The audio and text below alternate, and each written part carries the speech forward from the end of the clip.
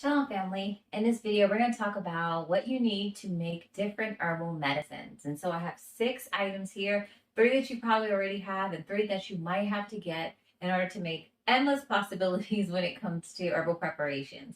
So I'm going to start over here and work my way this way. And I'm going to tell you what you can actually make out of each of these ingredients. So the first one's oil. So of course you can make herb infused oils. So you can make them to take internally or you can use them for external use. And the difference will be in the amounts that you use to make them and the ratios that you use. And you also need the oil to make salves, or if you want to have balms or some squeezable ointments like A&D ointment. If you want to make your own ointment at home, you would need an oil. So I have different favorites based on ones that are for the face and ones that are for the body. For the face, I really love grapeseed oil, and I also really love sunflower oil, but I like the linoleic version because it's non-comedogenic.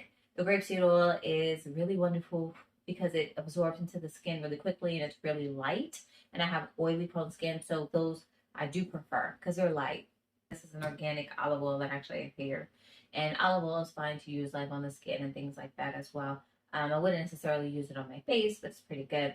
And then for the body, a lot of times I use coconut oil in my products because I like the coconut smell that it has and it's nice and thick, which is really moisturizing because the rest of my body is actually more on the drier side. But pretty much any oil, I think, as long as I'm not doing vegetable oils or things like that, none of the cheap oils, but like sweet almond oil is another one really useful for the skin.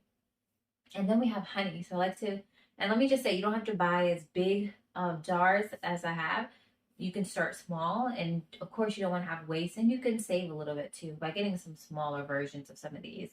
But this honey, I like to buy it, usually organic, and it's really good if you can have some that is local as well.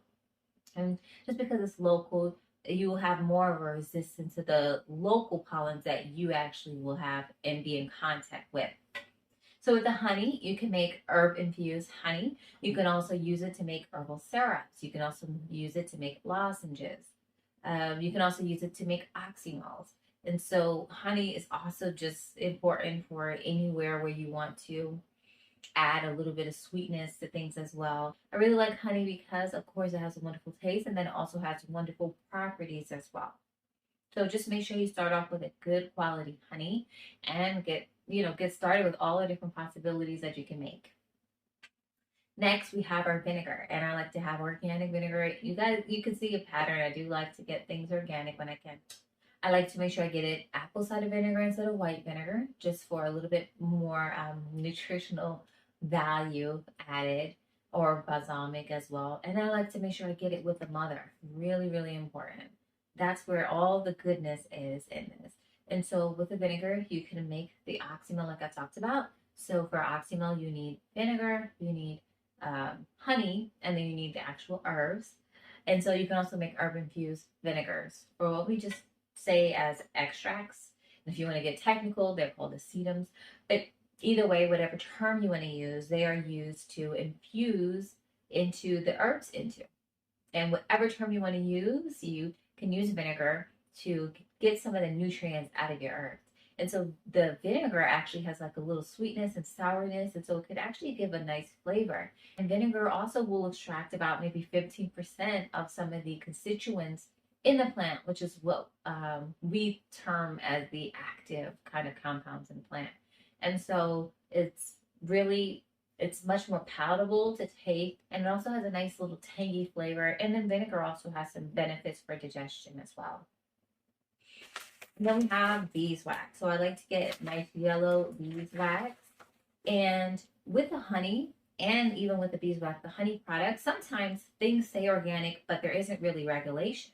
And with the honey, it's that way too. And so it's like, what does it really mean? And so the companies or the manufacturers can kind of make their own guidelines. So it might not even be better to get organic honey, but I just like to get it because it only costs a little bit more, and possibly I'm getting a little bit less of pesticide residue from any of the plants that the bees might come in contact with and pollinate. So the beeswax, I like to get a yellow instead of the white, just because it's not, stripped of any of its nutrients. And the beeswax can be used for the things I talked about to make it more solid. This is an ingredient that I use in my deodorant, or you can make lip balms with it as well. But these are typically used for medicine and salve, and you can rub them on your body. And you can make all different types of salves, and also you would need these for the balms, which are just a little bit thinner and a little bit more, a little less firm than a salve. And you can also do the ointment, which is also less firm than the salve. And so basically, the amount of beeswax that you use will determine how much hold it has, how thick it is, or how solid it is. Next, we have our glycerin. And so glycerin, we typically will use it for our glycerites, or which are our extracts. And so this is a good option when you're making things and you want to make it for children, especially because the vegetable glycerin has a natural sweet taste to it.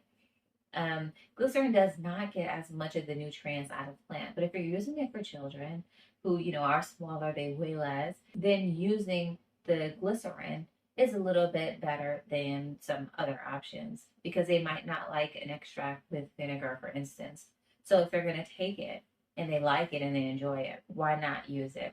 So as the name states, it is vegetable glycerin, and I don't actually have, and I'll have a link down below to all of these. Won't necessarily be the same brand, but I'll have a link to all of these products if you want to get some to get started. I also like to, when I make some of my extracts, I like to add a little bit of glycerin in there just to give it a more of a sweetness, in along with the last ingredient, which is our alcohol. What I have right here is 100 proof. So the important thing about when you're getting these alcohols is to just pay attention to the actual proof.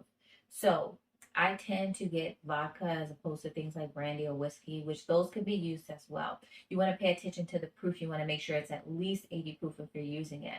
And the reason why is because the alcohols do have a percentage of water.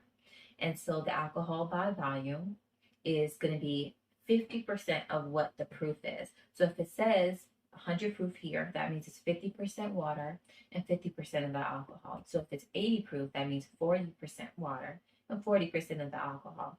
And in order to preserve your preparation, you want to make sure that you at least are going to have no less than the 40%, because the herbs, even when they're dry, they still have a little bit of water, but especially if they're fresh, they have water in them. If you think about like some of our leafy greens even have lots of water. And so when you're adding that water and you have the water already in here, you want to make sure that it's not going to go bad. All right, so the tinctures are going to last the longest. Usually they say 2 to 5 years, but pretty much indefinitely. Our extracts are by about 1 to 2 years when we're talking about glycerin. For our vinegar, it's going to be about 6 months. I say probably about 6 months to a year for our herb infused honey. You want to pay attention to the actual dates on the jars so you know that maybe it's going to expire sooner based on how old the actual product is. So for the oils, probably about 6 months. But again, you just pay attention to the expiration on there and make sure that your expiration date does not exceed what's actually on the bottom. So I hope that that was helpful to you all. Let me know if you learned something down below. Put it down below, and I'll see you guys in the next one.